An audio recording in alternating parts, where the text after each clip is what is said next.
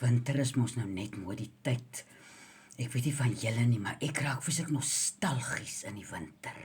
Ek dink so terug in nou hier is ons almal nou al aan die vuur maak en nou sit ek dink ek so aan my kinderdae terug.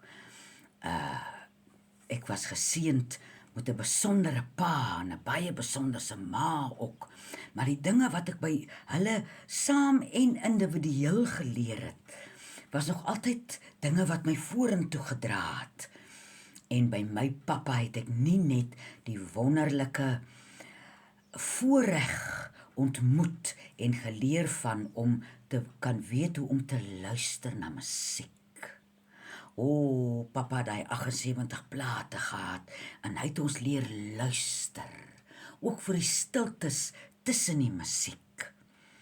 En die ander groot belangrike ding wat my dwars deur my lewe nog gedra het, is my pappa se intense afkeer, of is dit afkeer, nou sit Kataales ook nog in die middel van alse in, aan 'n trek. 'n Trek wat iewers 'n kouigheidjie inlaat in die winter. Nou kyk, Kanawan is self baie koud daar in die Noord-Kaap, daar waar ek nou groot geword het. En my pappa het in die sitkamer en die eetkamer was twee sulke aan mekaar dele, twee deure, en dan het my pappa so 'n antrasietstoofie gehad, want ons het 'n antrasietstoof in die kombuis ook gehad. En dan was dit altyd so belangrik, my pappa was so presies om die stoofie mooi skoon te maak en voor te berei vir die vuur in die aand, en dit was dan ook die plek waar my mamma vir ons uit 'n boek uitgelees het, maar dis nou vir 'n ander keer. En sy hoofreël was, hy gee nie om die vuur te maak nie, hy gee nie om die ou kaggeltjie skoon te hou, maak en skoon te hou nie, maar daar mag nie 'n trek wees nie. Daai twee deure moet ten alle tye toe wees. En die wonderlikste ding wat ek nou nog toepas in my lewe, as hy nou, sê nou maar moet buite toe gaan om ietsie te gaan haal, dan het my pappa nooit reg van die warm plek, die waar dit nou knus en soos 'n nessie is, buitentoe gegaan nie. Hy het eers bietjie in die kombuis gaan staan en so 'n koppietjie koue water gedrink, hy het geglo dit koel hom af, en dan gaan jy nie so van koud na warm toe nie, en ek is tot vandag toe nog so. Voor ek hier van Esmeralda af opstaan, dan gaan maak ek my eers bietjie koud hier in die kombuis, sit natuurlik 'n hoedjie op en maak my kuiltjie toe. Maar so 2 weke gelede praat ek met my een suster, en sy het nou die wonderlike voorreg, sy moet gaan kleinkinders oppas hier in die Oos-Kaap, en is bitterkoud, en ek hoor, daar gaan 'n deur oop, en sy sê vir die een, my suster, maak tog hy deur toe, jy moet tog nie 'n trek kom nie, asseblief.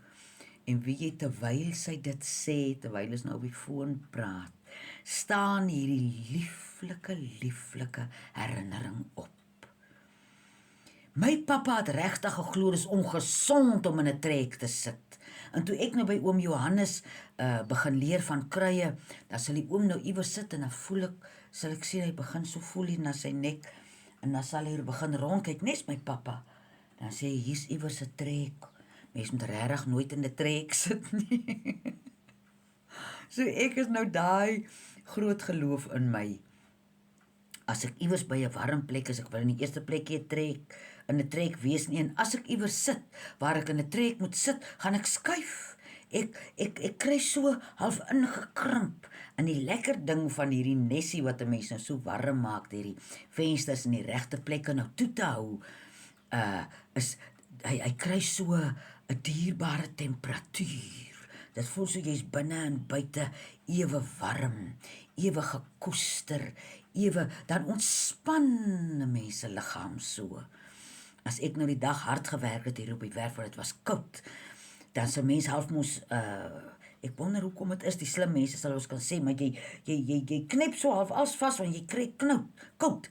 En as ek nou hier kom uitspan, sê nou maar om te kom eet, of dis nou te koud, te kom nou eers in, dan voel ek, my oom Johannes het altyd so mooi gepraat van my se vleis, my vleis net so begin ontspan, sag raak, want die treke is toe, ek is nie nou meer in 'n trek of buite nie, en ek is in hierdie lieflike nes gevoel, waar alles lekker is en daar's niks iewers wat op my trek en my laat